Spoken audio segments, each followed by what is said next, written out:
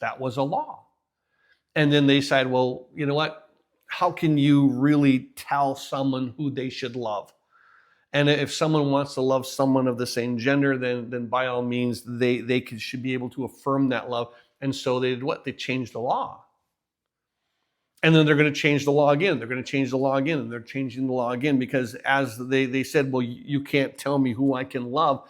And now in California, they're actually saying if I love a minor, who are you to say that I shouldn't? Because love is love. And so you begin to see here that the law can what? It can change again, it can change again, and it can change again. God's law is standard. It's perfect. It doesn't change.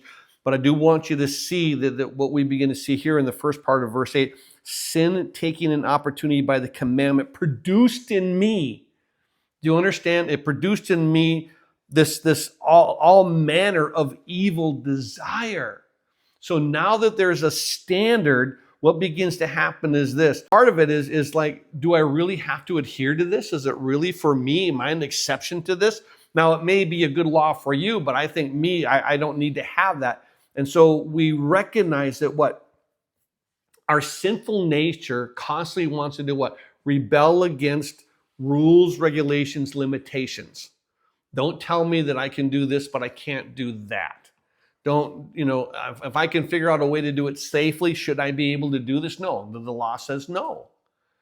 And I think what happens is this, that when the authority says don't, and that's what the law does, by sin, taking opportunity by the commandment, this nature within me rebels against limitations.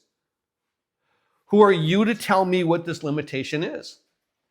And so we take a look at our nation. There used to be a time, a season, where when people were not married, that they wouldn't have physical intimacy. It was considered something wrong. And now it's what? Now it's all open. Now it doesn't matter if you're open. Doesn't matter who you are. I mean, they're pushing as much as they can the envelope to say what? These things are archaic. These things should change. These things are not who we are today. But isn't it amazing how whenever there's this limitation that we think, what? I shouldn't be limited. I shouldn't be limited. And that's what he begins to say, that when you have this commandment, a standard, a limitation, something concrete, then sin produces in me, it reveals in me all of these evil desires. Think about this.